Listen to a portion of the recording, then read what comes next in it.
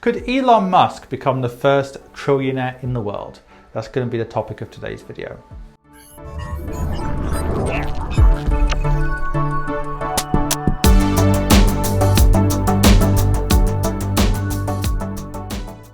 So if you're an expat or a high net wealth individual in particular, go over to adamfire.com and see how I can help you. Now on this video, I'm going to talk about Elon Musk. This week, some forecasters have said they think Elon Musk could become the first trillionaire in the world. Now, obviously, forecasts are always very difficult. We never know what's going to happen. Something very strange could happen or unexpected. So we don't really know if Elon Musk is going to become the first trillionaire in the world. But what we do know is it's probably going to happen sooner or later, whether it's in 10 years, 30 years or 50 years, somebody is going to become the world's first trillionaire. It could be Musk, or it could be Bezos, or it could be somebody else, somebody new. Now, the interesting thing here is I think it could cause a lot of issues. I was watching a interview with the now former owner of Newcastle United Football Club, Mike Ashley. Now, Mike Ashley is a billionaire in the UK, worth 2 or 3 billion, about 4 or 5 billion US dollars or so. And the interviewer said to him, I guess many Newcastle fans don't understand that you can't just go and buy a player for 100 million or 200 million because they see on paper you've got billions, but they don't understand that fact. And Ashley responded and said, that's right, I can't physically afford to spend 100 million on players. I would first need to sell the stocks of Sports Direct and then buy players if I was going to do that. And people often forget that basic things like wealth versus income are really key, because a lot of people, when they see, oh, such and such has got 100 billion or such and such has got 20 million even, they think that person literally has it in their bank account, but very few people do. The only wealthy people who have it physically in their bank account is usually people who are exiting a business. So let's say somebody who's built up a business, then they IPO it on the stock market, then usually they get a big cash payout, but then they'll reinvest that money usually. Or for that matter, some people, like what Bill Gates has done over time, gradually sell off their stocks over time. But the vast majority of wealthy people, they just have it invested in assets. But I think if Musk becomes the first trillionaire, I think certain people with certain political ideas will try to kind of do a lot of misleading things, like suggest, oh, he makes more money in 1 second or 1 hour than such and such makes, or the average employee makes in 2 years or whatever. It's very, very misleading how they actually come to a lot of these conclusions.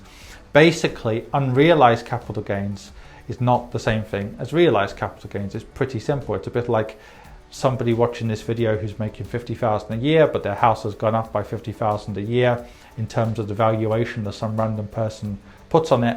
If somebody tried to tax you based on 100,000, you would think, well, hold on, I haven't even sold this asset. What's going on here? So I do feel a lot of these things are very, very misleading.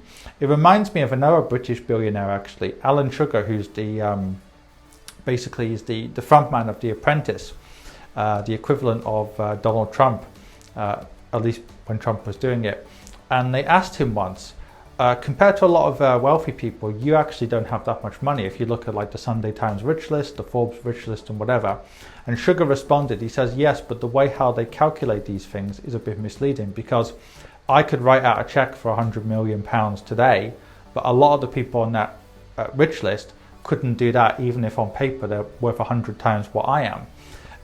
Now, there's different ways of looking at that, because obviously a lot of very wealthy people, they don't want to have so much money in cash for obvious reasons. They're reinvesting it and they think cash is basically close to worthless, right? Unless they're actually keeping it there for a specific reason. It doesn't even beat inflation usually. However, the point is very good, right? In terms of if you've got 1 million even, and it's all in liquid assets like stocks and shares, ETFs and so on, that is very different to having 1 million in, say, a house or land, because it's hard to value. And likewise, when it comes to big amounts as well, like billions or indeed maybe trillions, it's very different to actually have it in cash compared to if something's just going up and down. And this is what a lot of people don't understand. Even when things are going down, a lot of media reports say, oh, Mark Zuckerberg or Elon Musk have lost 20 billion today. Well, of course they haven't lost 20 billion. That just means the stock price is going up and down. So when you see these things in the media, like such and such is now the richest person in the world or whatever, All it means is usually the stocks are just fluctuating in value, but often the media put out a very misleading narrative about these kind of things. How can I help you? In two ways. First of all, are you an expat, a high net wealth individual, or just somebody who lives in a part of the world where it's difficult to get access to quality investment solutions? In which case, go onto my website on adamfayed.com and find out more.